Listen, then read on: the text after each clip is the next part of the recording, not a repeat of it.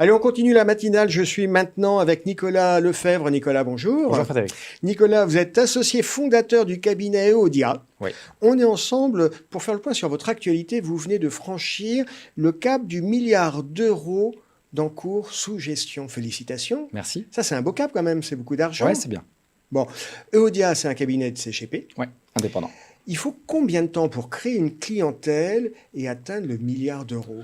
On a créé le cabinet en 2010. Aujourd'hui, on a un peu plus de 10 000 clients pour ce fameux passage du milliard d'euros d'investissement cumulé. Donc, vous voyez, une petite douzaine d'années. On y va doucement, mais on fait attention à nos clients et on essaie justement de démocratiser, digitaliser la profession. 10 000 clients, c'est beaucoup? C'est beaucoup. Le ticket moyen chez nous, environ 40-45 000 euros sur plusieurs affaires. C'est pour ça cette fameuse démocratisation dont on entend beaucoup parler. Et puis la digitalisation, parce que c'est le terme à la mode, aussi. Digitalisation, tout le monde digitalise. C'est quoi vos faits d'armes en matière de digitalisation? Alors, on a créé des sites internet thématisés, donc des verticales de notre métier, scp8.com, per.fr, epad.com et d'autres. Et aussi, on crée nos propres outils en interne. Ah, c'est ce qui vous permet de capter les leads, contacts. Tout à fait. Les leads sont captés par Internet, gérés par nos collaborateurs en interne. Ok, combien de personnes dans le cabinet? 80 aujourd'hui. Ça fait une grosse... 45 forces vives, donc 45 collaborateurs actifs. Et puis après, tous les gens un peu de l'ombre, mais qui nous permettent justement d'avoir atteint ces beaux chiffres, des métiers support et aussi toutes nos équipes tech. Une vingtaine de tech aujourd'hui qui nous aident sur tous nos sites Internet et tous nos outils qui sont en phase de sortie. À l'origine, quand vous avez créé le cabinet, vous étiez originaire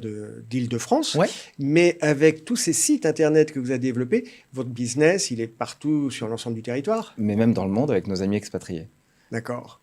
Les services, c'est quoi les spécificités de Eodia? Alors, les spécificités, c'est justement tous nos sites Internet. Donc, là où on est très fort, en tout cas, toute proportion gardée, bien sûr, c'est sur la partie SCPI, évidemment, et aussi sur tous nos outils qui nous permettent d'aller beaucoup plus vite, notamment sur le parcours client, que ce soit de l'audit réalisé à la signature électronique. Nicolas, vous faites ce métier depuis une dizaine d'années. On est rentré dans une période vraiment tumultueuse. Les marchés actions, c'est compliqué. Les taux remontent, il y a de l'inflation. On se dit qu'il va sans doute y avoir de la stagflation. Les marchés obligataires. Vous voyez comment l'issue... Alors, l'évolution de l'environnement économique, il y a la guerre en Europe. Oui, c'est vrai que là, c'est des montagnes russes. Ça tombe de tous les côtés, là. De tous les côtés. Entre la pandémie, le rebond de la pandémie, la baisse de la croissance, la guerre en Ukraine, l'inflation, la transition énergétique, etc., le climat est pas terrible, en règle générale, notamment sur les bourses. C'est pour ça que nous, on essaye, en tout cas, de sortir un petit peu de tout ce schéma-là et d'aller sur, justement, des solutions qui contrent un petit peu l'inflation et qui pour traverser la tempête. Voilà, pour traverser la tempête et qui nous permettent, et surtout à nos investisseurs, d'être en ligne et en phase avec l'actualité. D'accord. Juste pour répondre à ces questions, la guerre en Europe, des choses comme ça vous inquiète ou vous dites, bon, on fait le dos rond et puis on va sortir de la tempête? Alors, on fait le dos rond parce qu'on n'a pas trop le choix. Il n'y a pas le choix. En vrai, mais c'est vrai que ça va être long. On pensait à une guerre éclair, elle est loin d'être éclair. L'actualité passe à autre chose très vite, malheureusement, mais le fond est encore là et d'ailleurs, ça se voit tous les jours sur les marchés et tous les jours sur les indices économiques. Alors, il y a eu les chiffres de l'emploi américain vendredi dernier qui n'étaient pas si mal. Il y a un petit soubresaut que l'Europe repart un peu et il y a surtout la BCE qui a décidé d'augmenter ses taux de manière un peu plus rapide que prévu. 25 bips là en juillet, peut-être 75 en septembre. Donc, c'est vrai qu'on va retrouver cette certaine équité, mais attention à la stagflation. Attention à finalement ce mélange de stagnation et d'inflation qui permet d'avoir une croissance moins rapide que l'inflation élevée. Donc, c'est pour ça que la hausse des taux d'intérêt va être importante pour justement la santé de l'économie européenne. Nicolas, vous disiez tout à l'heure, dans ces périodes un peu compliquées, justement, il faut essayer de trouver les véhicules qui permettent de traverser la tempête sans trop de dégâts. Est-ce que vous pouvez nous livrer un peu, comment appeler ça, votre tiercé gagnant, c'est-à-dire les classes d'actifs qui vous intéressent, et puis aussi, en contrepoint, si vous en êtes d'accord, un tiercé perdant, c'est-à-dire les choses dont vous dites, c'est peut-être pas mal, mais on préfère les laisser aux copains. Alors, le tiercé gagnant, c'est quoi? Alors, on essaye d'adapter ce qu'on fait pour nous, à nos clients.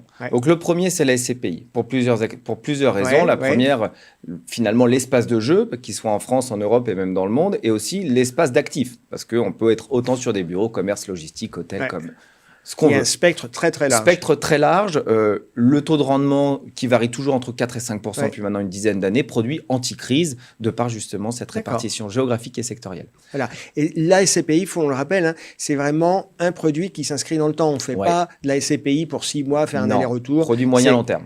On est d'accord. Produit moyen-long terme. L'AMF, d'ailleurs, préconise environ 8 ans. 8-10 ans. 8-10 ans. Dans le deuxième axe, assurance vie, Produit structuré. D'accord. Produit structuré. Pourquoi? Parce que produit à hypothèse.